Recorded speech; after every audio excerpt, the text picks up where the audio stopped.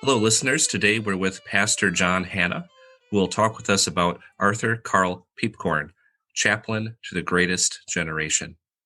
Pastor Hannah has recently presented on Peipkorn at the Lutheran Historical Conference and has graciously agreed to share his research with us here at TLHP. Our guest today, John Hannah, has served as a pastor in Royalton, Minnesota, the Bronx, New York, and he was a chaplain in the U.S. Army for 30 years. He earned degrees from Concordia Seminary, St. Louis, Princeton Theological Seminary, and Vanderbilt University Divinity School, and graduated from the U.S. Army War College. Pastor Hannah, thank you for joining us today. I'm glad to be here. Thank you for asking. Absolutely.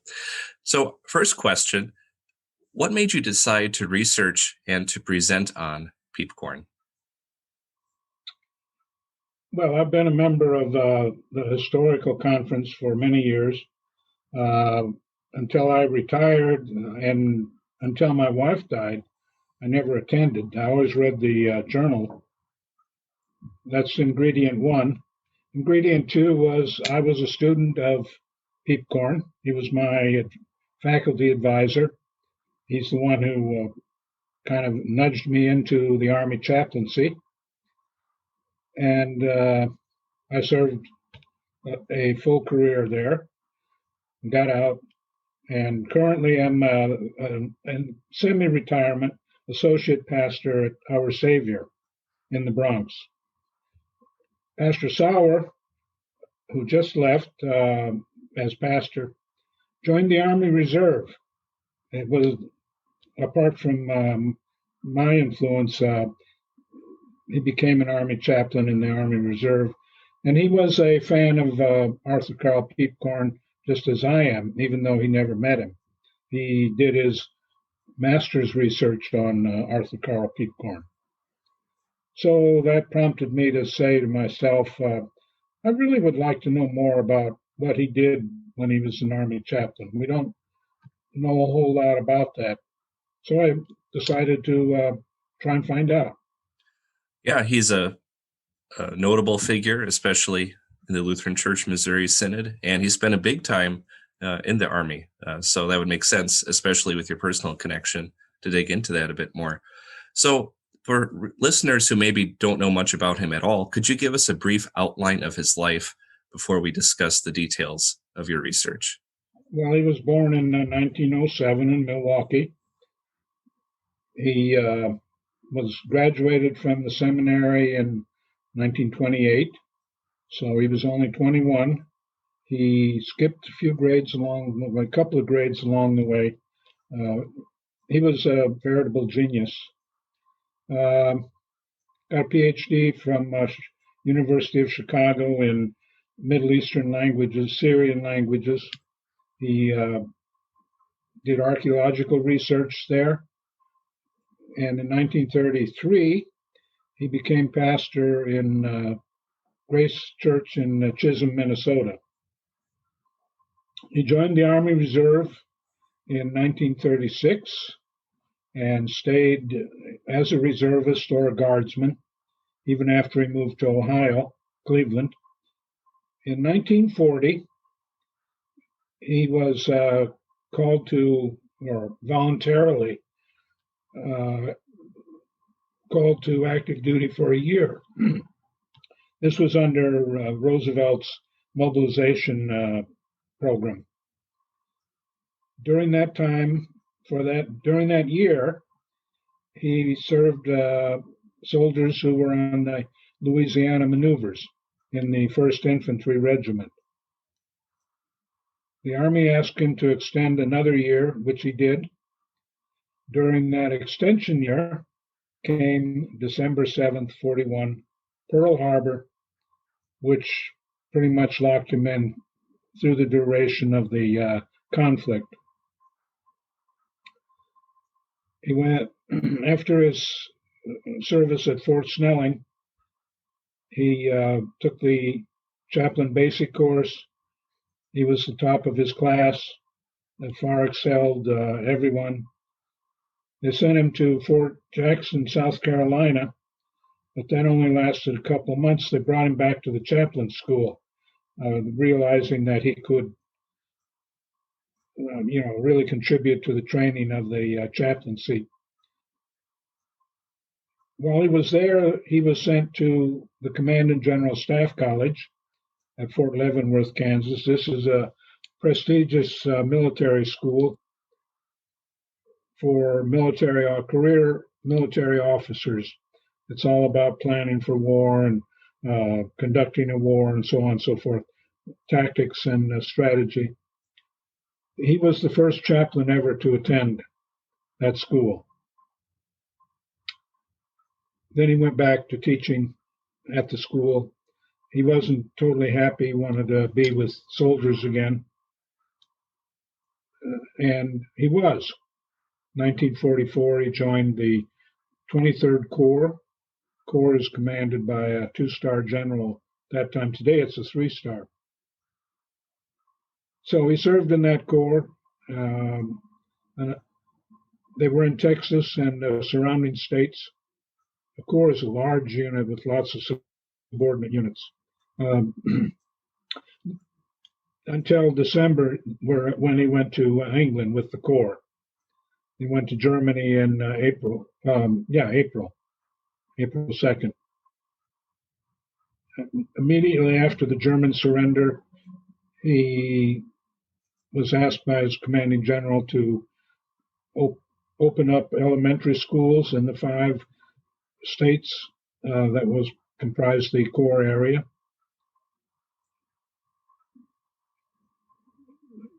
He was asked, or he expected, he was told that he was going to be the senior chaplain of the occupational forces in Germany, which would have meant he'd supervise 400 to 500 chaplains.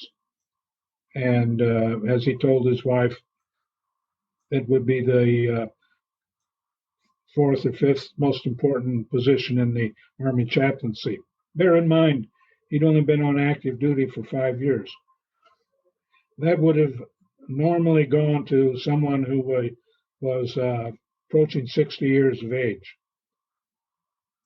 Turned out that he, although he served in that position temporarily, as it was establishing itself for 3 months, he was diverted to another assignment, namely to conduct the after-action report for all the chaplains in the European theater.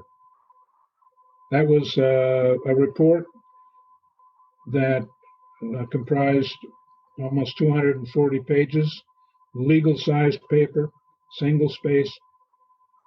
They conducted, he and 3 other chaplains and a whole bunch of enlisted folks interviewed 1,750 people who had been in the European theater, chaplains and others.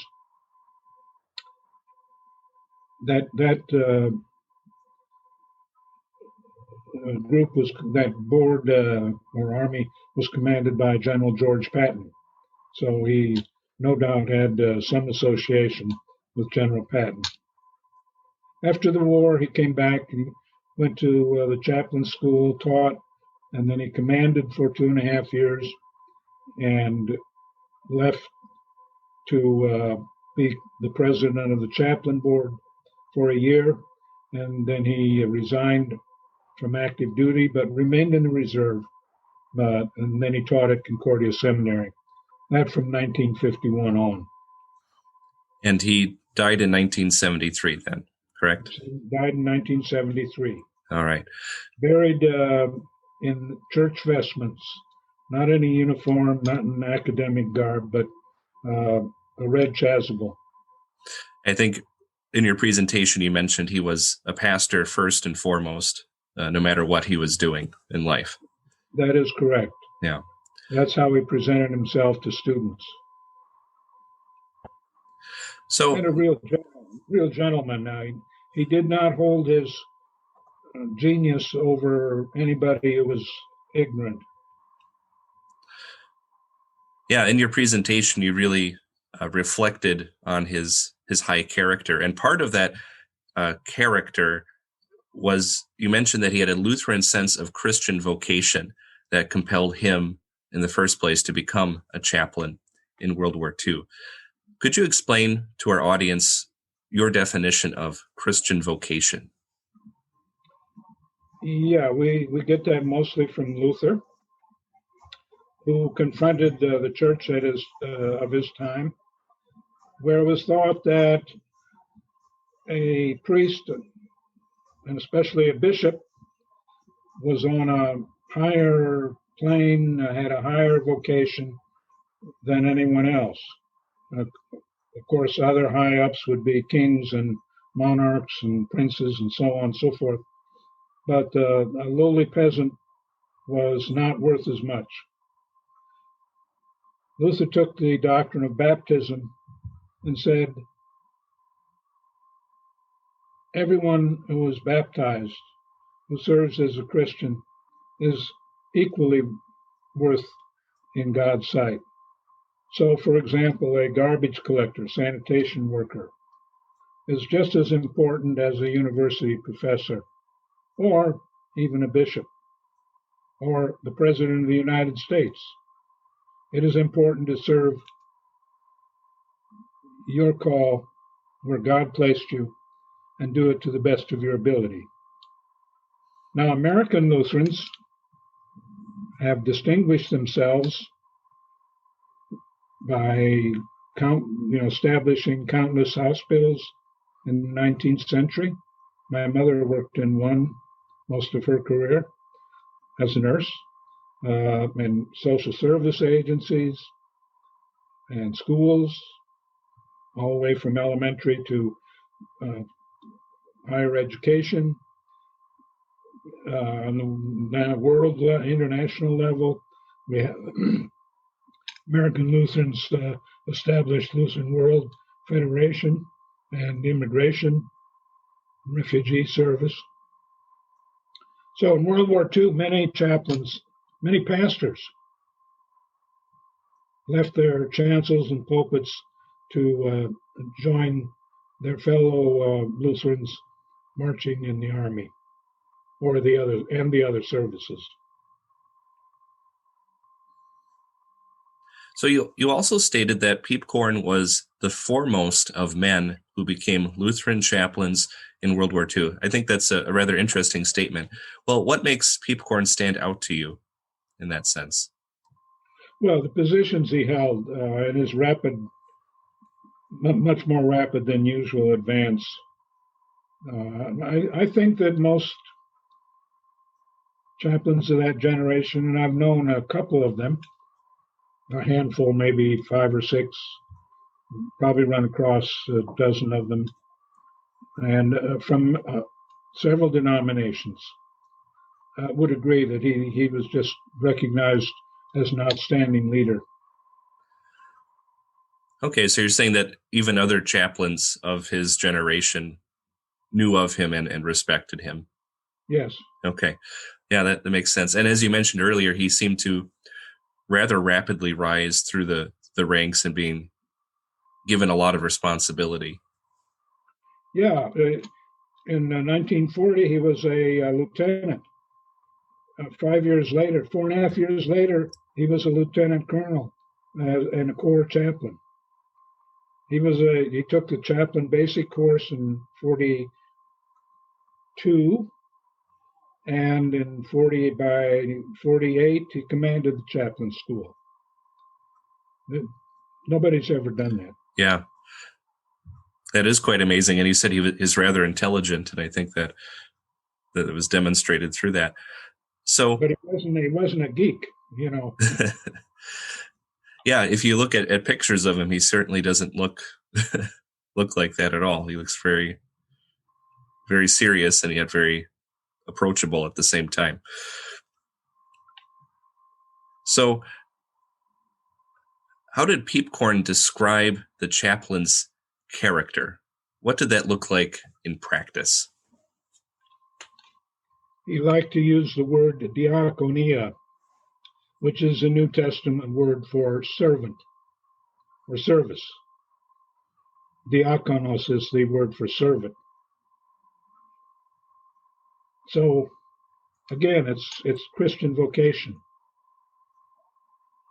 You are not above the people to whom you preach, for whom you preach, for whom you celebrate the Eucharist. You are a sinner like they are.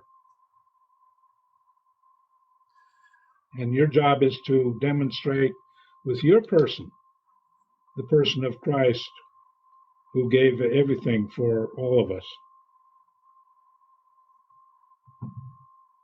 Yeah. Do you have any examples of Peipkorn putting that into action, into practice as a chaplain?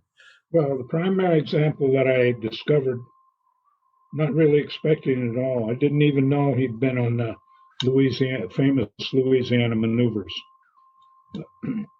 But he wrote when he was on the maneuvers for nearly 8 months, he wrote letters to his wife Miriam as often as possible, every day when possible. And in these letters, he describes numerous hardships, sleeping in the mud, in the cold, just at one point sheer exhaustion. He talks about one day toward the end of the maneuvers when I believe 60 men fell out, just fell down exhausted. He came back to the camp carrying a soldier's weapon on one hand and helping the soldier on the other hand, because the soldier was exhausted, but he was exhausted. And at one point, he even said, "I'm going to get out of this outfit." Yeah. Why did he end up staying, even though he thought about leaving? His sense of diakonia. And he said, after all, I'm no worse off than anybody else around me. This is where God has placed me. At the end of the letter, where he tells Miriam, "I'm going to get out," and I'm thinking very seriously of getting out when my term is up in just a couple months. He said, "By the way, I took time out to read the epistle of 1 John. It's a wonderful book about ministry and the chaplaincy." He probably read it in Greek, by the way. That was his style, huh? It was, at least later, but I'm sure then too. Yeah. He didn't say that, but that would be my guess. Yeah. And that's we were waiting in the airport for his plane once when he had visited me, and he had his Greek New Testament ready to read during the flight. And he said at one time, he had been stopped by security because of this foreign literature he was carrying. Yes, I'm sure that was highly suspicious. Yeah, well, and that's not all Lutherans are like that, but I think that there's another Lutheran trait, right, to value those original languages to get closer to what God's word was saying. But that is yes. That is something special that he was doing that. Well, back into his time as a chaplain, you said at one point he was promoted to supervise 125 chaplains, and you already mentioned earlier he could have been supervising hundreds more. For a civilian and for audience members like me who don't really know what that all entails, what kind of duties would that include, supervising other chaplains? Only in part, it would be like a bishop or a president, district president, or a synodical president, to do two things: coordinate the work of the ministry at a higher level. It means defending it before the commanding general. But more importantly, as far as he was concerned, it means supporting those in the lower units. There's a letter he got from a Methodist chaplain who thanked him profusely for his visit. This was a visit he made while they were in England and getting ready to go to Germany and into the midst of the war. And apparently this chaplain was quite fearful, understandably, and Peipkorn consoled him using scripture and prayer, for which he was most grateful. Yeah. So the chaplain's chaplain would be an easy way to say it. Exactly, yes. Yeah. Like a bishop is the pastor's pastor. Yeah. No, not all chaplains act that way, but that's the way he did. Yeah. So, and you mentioned maybe having the possibility of maybe going before an army commander. What was there a lot of tension, do you know, between chaplains and the other officers at times? Well, there certainly wasn't in his case. My experience is that there need not be. A chaplain who is lazy and doesn't engage with his soldiers, or a chaplain who deliberately makes trouble, would be on the outs with his commander. But I've always gotten along very well with commanders, and most chaplains do. We are actually welcomed unless we misstep. Mm-hmm. So some of his duties, you mentioned he was supervising other chaplains. At the end of World War II, you also mentioned already that he was assigned to supervise the reopening of many German schools. Why do you think he was picked for that? And again, what kind of duties would that include? Well, he knew German. That would be first and foremost, I think. So he could speak to the local authorities about the schools. I assume he didn't. I didn't find much actual information about how he did it. I would assume it meant going to the local governor and talking to whatever minister of education for that district or state, and asking them if the Army can help in any way, what they may need. And I'm just guessing here. Yeah. They might need some engineering work. The Army has lots of engineers. With the war being done, that they could be employed to do some rebuilding as necessary.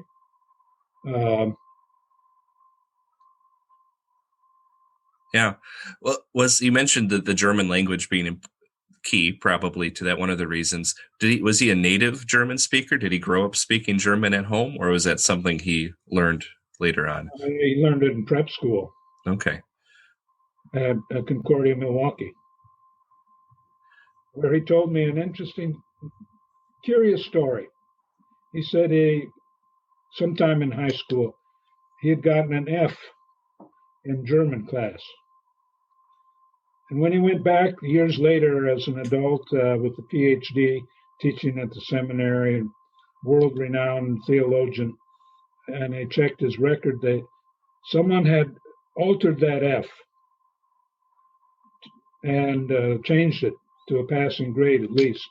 Didn't say which grade, but he insisted that it remain an F. He said, I deserved that. I didn't do my work. So yeah, he learned it his ethnic background, of course, is German, like many of us, but he's American German American. It was prep school. And that was part of his connection to General Dwight D. Eisenhower, wasn't it? He was a translator for him? I suspect that. He also knew French, probably because of getting a PhD. But he was, we don't know this, there's no record of this, because if it took place, it was classified, as General Eisenhower's travels would be. But we think he was with General Eisenhower on a trip to Switzerland, where Peipkorn served as his translator. There's good evidence that that's the case. There's orders giving Peipkorn permission to for temporary duty in Switzerland, and this was when the second senior commander in Europe was in command of the headquarters, not Eisenhower. The orders in those days always said by order of General whatever, and that those TDY orders said by order of General Patton, which means Eisenhower was gone, as was Peipkorn. He also wrote to Miriam later that only 3 weeks later he said, so-and-so in Switzerland, forget the name, asked me to check on a theologian or pastor who might have been a prisoner of the war by the Americans. And he says, I checked and couldn't find anything. So, that's the only evidence we had. His sister told Dr. Philip Secker, who's got a website on Peipkorn. His sister told Secker that Peipkorn had gone with Ike. And there's good evidence that was the case. Not conclusive, though. So, a lot of circumstantial stuff. But, if someone finds the right secret file someday, it might be confirmed, huh? So, I think you explained his career after the war already. So, let's ask now, can you explain some of the different views Lutherans had or have had of military chaplains? Well, the mainstream is also the mainstream of Christendom. There have been chaplains for 1,500 years in the Christendom, and that was brought to America, and Lutherans participated beginning at least in the Civil War, probably in the Revolutionary War. Yeah, the mainstream of Lutherans applaud chaplains and believe it's an authentic and important ministry. There are two other views. A couple members of the old Synodical Conference, such as Wisconsin Synod, the Evangelical Lutheran Synod, object to pastors serving as chaplains. I haven't done much reading on that, but I suspect it's for two reasons. One, for fear of unionism, for being involved with clergy of other denominations with which we don't agree. And secondly, it's very different than being a parish pastor. Even though I served an entire career as an Army chaplain, I think parish pastor is more important and more fulfilling. But being a chaplain is different. So it requires adjustment. That's the second view. A third view is the pacifist argument.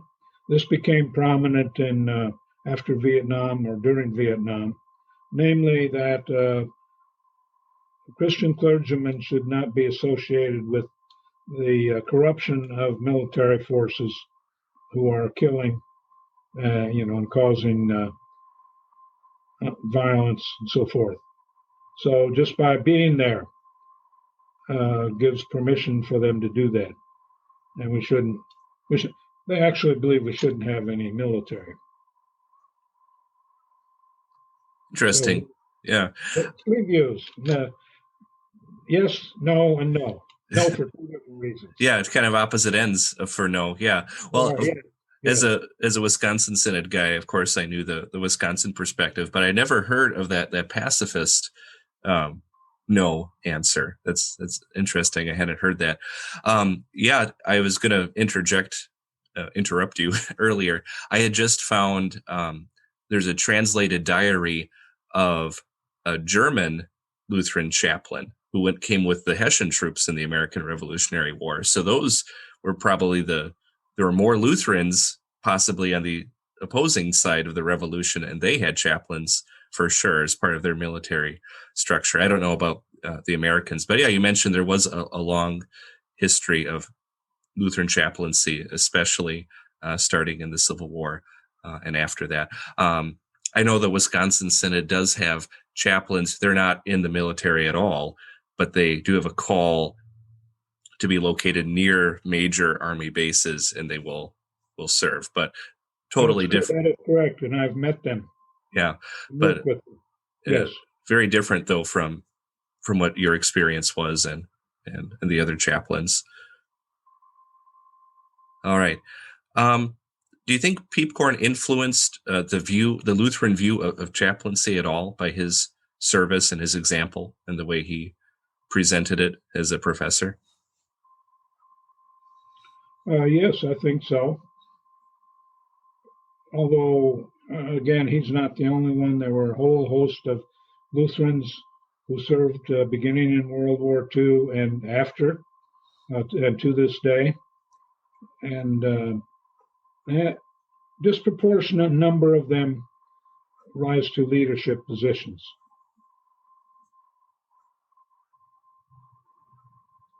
He was probably the earliest and the fastest. He, as a seminary professor, kind of on the side, it wasn't a big deal, but once a year he conducted an assembly, which was optional, it wasn't a required assembly, explaining the chaplaincy. He and others who had served in World War II talked to whoever came. That's how I got in. Yeah, I guess in one way you are living evidence of how he influenced the chaplaincy. He influenced you to be part of it, right? And others. My daughter listened to the presentation I gave to the historical conference and said, "Dad, that's you." She's very much aware of my career. Yeah.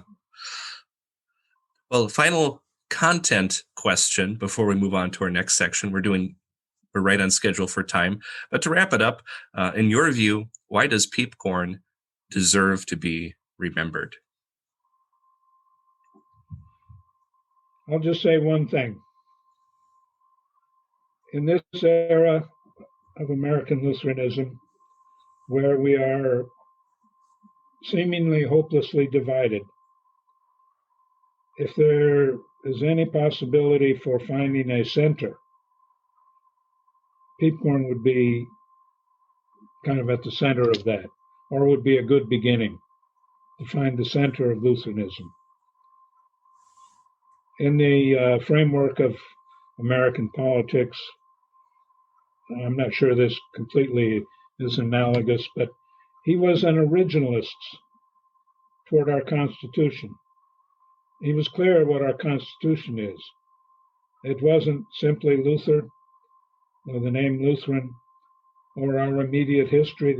Our Constitution is the Book of Concord, the entire book of Lutheran confessions. He preferred not to be called a Lutheran, but to be called part of the Church of the Augsburg Confession. So if we are to find a center, he would be a good beginning. Yeah, well, he would join Luther in not wanting to be called Lutheran, right? Luther himself said, indeed, call yourself a Christian after Christ. But the name stuck, and I guess I'm okay with using the word Lutheran. But I don't think we're going to change it. I don't think we are either. But no, I think that's a valuable contribution there to point. What are we founded on? What's our focus going to be? All right. Well, now we'll move into section 2, quite a bit shorter, but this is also not just a Lutheran podcast, but a Lutheran history podcast. So we like talking about the historical process. What was your research method like? Well, it begins with my own memory and of my association with Peipkorn. Then we moved to, I've already mentioned, Dr. Philip Secker in his website called the Center of Arthur Carl Piepkorn Studies, some such name. Who gave a biography, including a military chronology, which I could see was not complete, and it was certainly the best that he could produce. And that, that I've had for years, my memory of him and Secker's work. So I decided if I'm going to study this, I need to go to the archives in Elk Grove Village, the archives of the ELCA, Evangelical Lutheran Church in America, has 148 boxes of Peipkorn stuff. Oh my goodness, that's a lot. They're well cataloged. So some of them have military, some of them are named military orders. There's lots of correspondence. So I began there looking at military orders, which I could decipher based on my own experience. You almost have to know what you're looking at, and I did. So I was able to establish a good chronology, where he was when. And then correspondence during those years, beginning when he was a reserve chaplain, and all those letters to his wife, as well as letters to the church commission, which endorsed chaplains. That gave me most of the material that I have.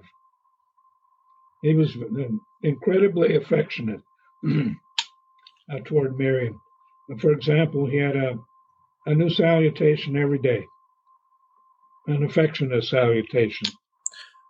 And I don't remember any of them, but they were incredibly insightful and delicious, really interesting. I hope my wife doesn't listen to this one. He's going to make me look bad. Yeah, mine too. I was rather straightforward, all down to business. Yeah. And then I went to, there are a few things of military value at the Concordia Historical Institute in St. Louis. For example, that report, 238-page report is there. His handbook on denominations that chaplains must support is there. I'd never seen that. So that was interesting. Well, you're fortunate to have, one major center with so much material all in one spot. And then, of course, Concordia as well. I know for a lot of people doing research, especially on kind of biographical on individuals within the Lutheran Church, they have to go all across the country or maybe across the world because they serve in so many different places and they leave a little paper trail here and there. But you had a lot of material, but centrally located. Now, that being said, were there some challenges in conducting your research?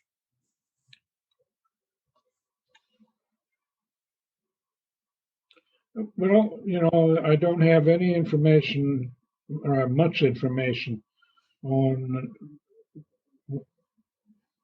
his command of the chaplain school, which would be an important era.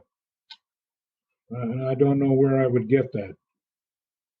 Miriam was with him then, so he wasn't writing her. So you got a lot of your insights from those letters, and of course, if they're living at the same location, it's all verbal, right? It's lost. Right. Yeah, lost information. I'm sure somewhere in the Army archives there would be something. Yeah. Which would be another thing I'd like to look at. That would be his personnel records. I don't even know if they're open to anybody. Not even sure where they are, but I think they're in St. Louis. What are those for people who don't know the lingo? What's a personnel record? I assume it was much the same as today. It would include all orders where you are. It would include all your awards. any disciplinary action if there had been some. But more importantly, what we call today effectiveness report, officer effectiveness report.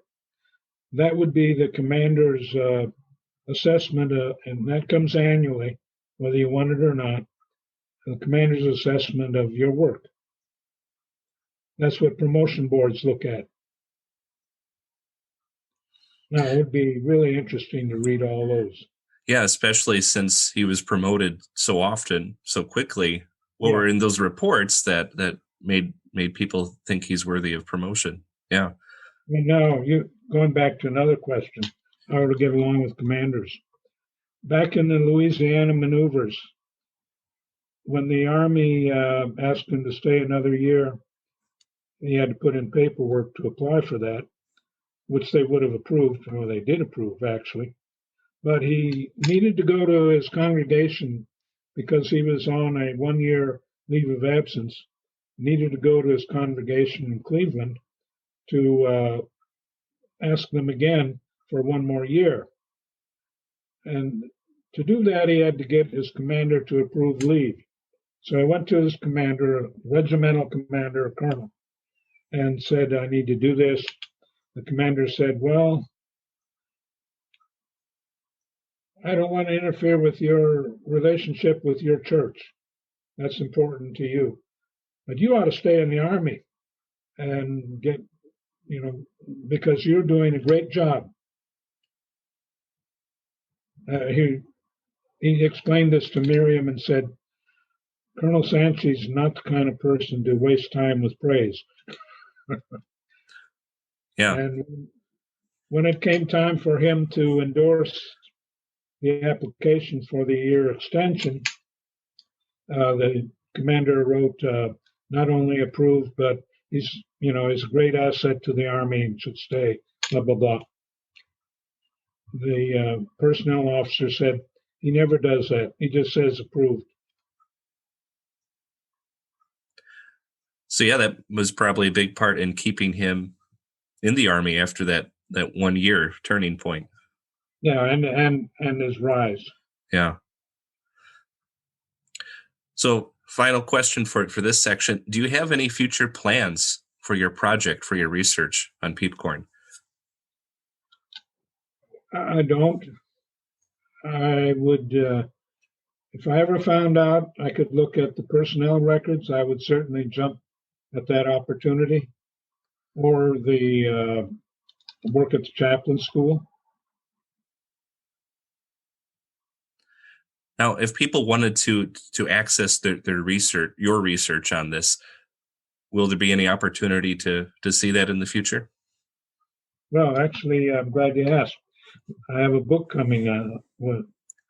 My presentation was just simply a digest of my book, which is in process right now. Should be on the street in a month or so. Congratulations on that. Who's publishing it? By American ALPB Books, ALPB.org. Very good. Well, we look forward to seeing that available in the near future. So, final question. If you have advice for other Lutheran historians, what would you like to see more research being done on within Lutheran history?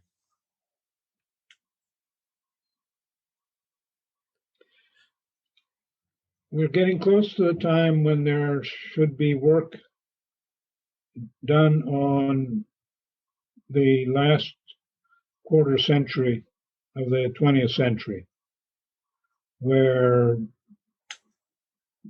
the Lutherans got very, very active, very divided, and animated,